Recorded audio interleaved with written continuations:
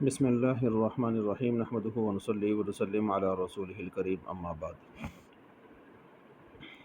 وہو ای الاسم قسمان معرب ومبنی لأنہ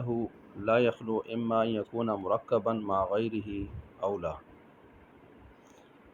سبق نمبر 27 شرح جامی کا، اور اس میں مصنف رحمۃ اللہ علیہ یہاں پر اسم کی جو پہلے تعریف کی تھی اور اس کے بعد اس کے خواص 5 مشہور خواص لائے تھے، اور اس کے بعد اب جو ہے یہاں پر اس کی تقسیم فرما رہے ہیں۔ تو یہ بات پیچھے بھی گزری تھی کہ اسم کی جو تعریف ہے اس کا تکملہ و تتمہ، جس طرح خواص ہوتے ہیں ایسے ہی تقسیم بھی ہوتی ہے۔ اچھا، اب یہاں پر ظاہری عبارت سے جو مفہوم ہے وہ تو بالکل واضح ہے کہ اسم کی 2 قسمیں معرب اور مبنی بتائی جا رہی ہیں، اور آگے پھر مبنی کو سمجھایا جا رہا ہے کہ مبنی کی تعریف کیا ہے اور معرب کی تعریف کیا ہے، اور کون کون سے معرب ہیں اور کون کون سے مبنی ہیں، ان چیزوں کو واضح کیا جا رہا ہے۔ اسم میں کون سے مبنی ہیں اور معرب ہیں، اور فعل میں کون سے مبنی ہیں اور معرب ہیں، باقی حروف تو سارے کے سارے وہ مبنی اصل ہوتے ہیں۔ اچھا، مختصر انداز میں یہ سمجھ لیجئے کہ اسم کے اندر جو اسم غیر متمکن ہے جس کی 8 قسمیں ہیں وہ مشابہ مبنی ہوتا ہے، ٹھیک ہے، اور وہ اسم جو ترکیب میں عبارت میں واقع نہ ہو، الگ سے انفرادی الگ سے آ جائے تو وہ بھی مبنی بر سکون ہوتا ہے، جیسے زید، عمر، بکر، یہ ترکیب میں واقع نہیں ہے۔ اور اسی طرح وہ اسم جو کچھ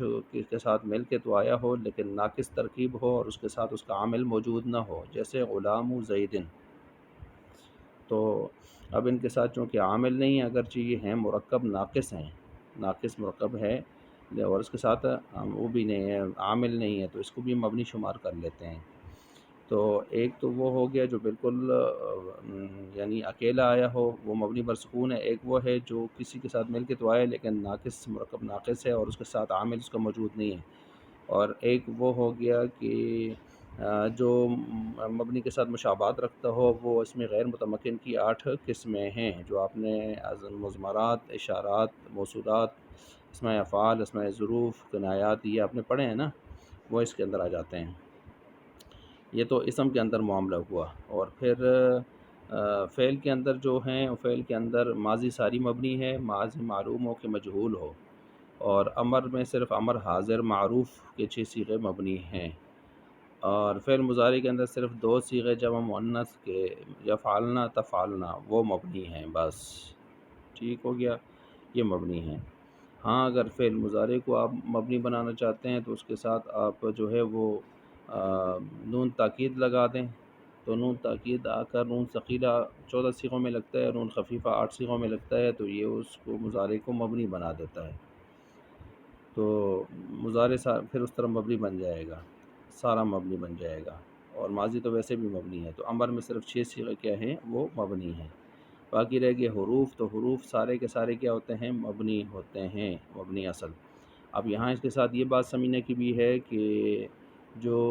مبنی اصل ہیں وہ کتنے ہیں، تو آپ نے پڑھے ہیں، وہ فعل ماضی ساری مبنی ہے، اصل ہے، اور اس کے ساتھ آپ نے تمام حروف پڑھے ہیں وہ بھی مبنی اصل ہیں، اور امر میں جو امر حاضر معروف کے 6 صیغے ہیں وہ مبنی